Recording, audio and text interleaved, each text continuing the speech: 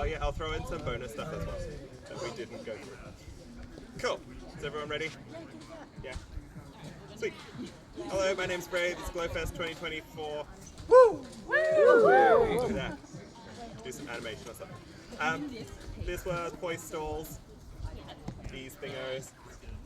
We started off with the basic technique of stalls, starting off with just some general terminology, talking about the 0 point of Poi, that moment where Poi runs out of energy just before it's taken by gravity.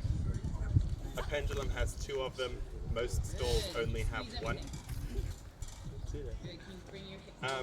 We also talked about the center line. Everyone has one. It goes from the top of your skull all the way down to the ground in between your feet.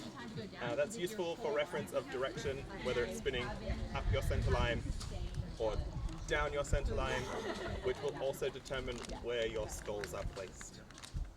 Starting off with just general stall technique, with my Poi rotating down my center line. As it passes this quarter point here, moving your hand 1 Poi length across, so your hand is going directly above the Poi. Pull it up in the opposite direction, and now it's spinning the other way. Same thing as it's going out this way. Once it passes this quarter point here, moving your hand 1 Poi length away from you, and you'll come to this stall position. One thing I didn't really mention is tethers. If you've got stiffer tethers, I tend to turn my hand in the direction of the stall just so it looks a little nicer. Otherwise I end up with this, which looks a little bit strange. Pretty much all basic stalls are in that same method, just rotating, flipping everything. So up stalls, as it's passing this quarter point, moving your hand directly underneath as well. You'll kind of feel that point where the Poi runs out of energy, and that's the point that you want to pull back. Yeah. If you find that your Poi is still moving around or you're not quite getting it, it could be that you're moving a little bit too far across, and you've got this little kind of wiggle. So just finding that right position to be directly above. Or it could just be that you're moving a little bit too early or too late, and your Poi is again ending up in this position or this position. Cool. We also looked at top and bottom stalls. So this time, passing this vertical point here, as it passes that point, moving your hand 1 Poi length. So that's our top stall. And you'll notice I'm just moving my hand directly in a straight line. There's no real need to arc around or anything. Just a straight line is fine. Bottom stalls, same thing, flipped 180 degrees. As it passes this point, stabbing your hand directly down into the ground.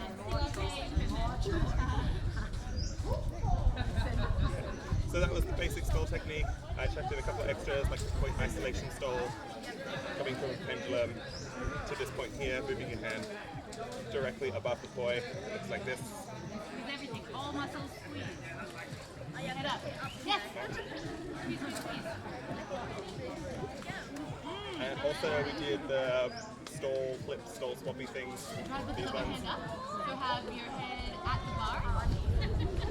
Which is just a whip with the wrist, trying to get the Poi to go up the rope as much as possible. And you'll notice I move my hand a little bit out of the way as it's coming up and down. If I didn't, the Poi would end up on my hand. You can also do that horizontally, which is pretty fun. Whip people with them. Alright, do your hand. One little extra one that I didn't really go through is like the Pokemon stalls, which is just chucking it and then pulling it back as it hits that end point. I call them Pokemon stalls because it's like a Pokeball. Cool.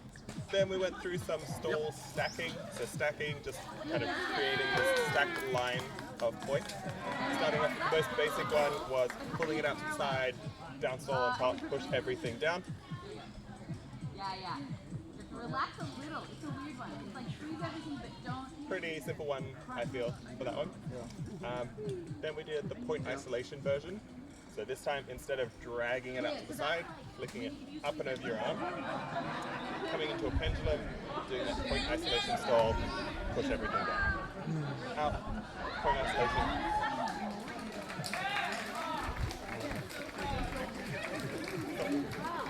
I think I did the vertical one next. This one, which starts the same as the other one, the point isolation one, where you're pushing out to the side, doing an up stall, letting it fall down. Your second point then begins its journey. Once it gets to the top, you can speed up that downwards fall by whipping your hand straight down, or you can do a nice gentle fall. Whatever is your preference. But, yeah, you can do both at the same time. That's what did we do after that one? Save it and do a pull-up. Crazy one though. Yes. That one? Yeah. Cool. So one hand at a time. Spinning clockwise. I'm going to do this top stall, but this time instead of keeping it out to the side here, moving your hand across your body, which will end up pointing the point in towards your center line. Starting off with this kind of side-to-side constant top stall movement.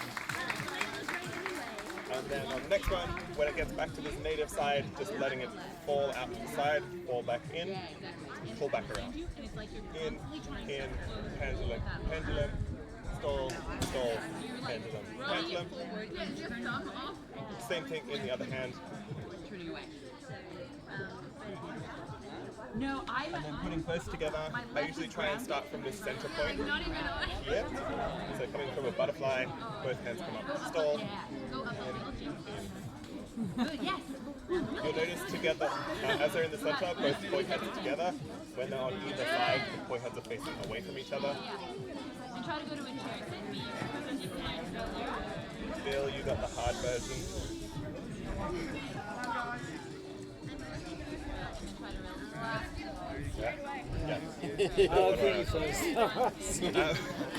Cool.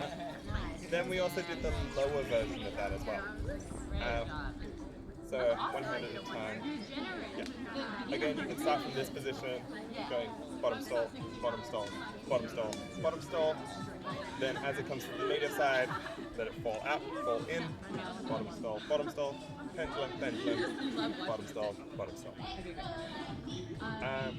Yeah, putting both of those together, I usually try and start off to one side, because there's that one period where they're both together before it's the staggered together, stagger, stagger, together, 1, 2, together.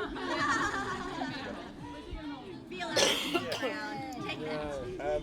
Little bonusy things. Stalls are very useful. There are multiple applications. You can use them for hand independence drills where you just like 1, 2, trying to get your brain to separate the two halves, which will lead to a lot of cool like hand independence-based tricks. They can also be used to change planes, change directions, change timings. Super useful things.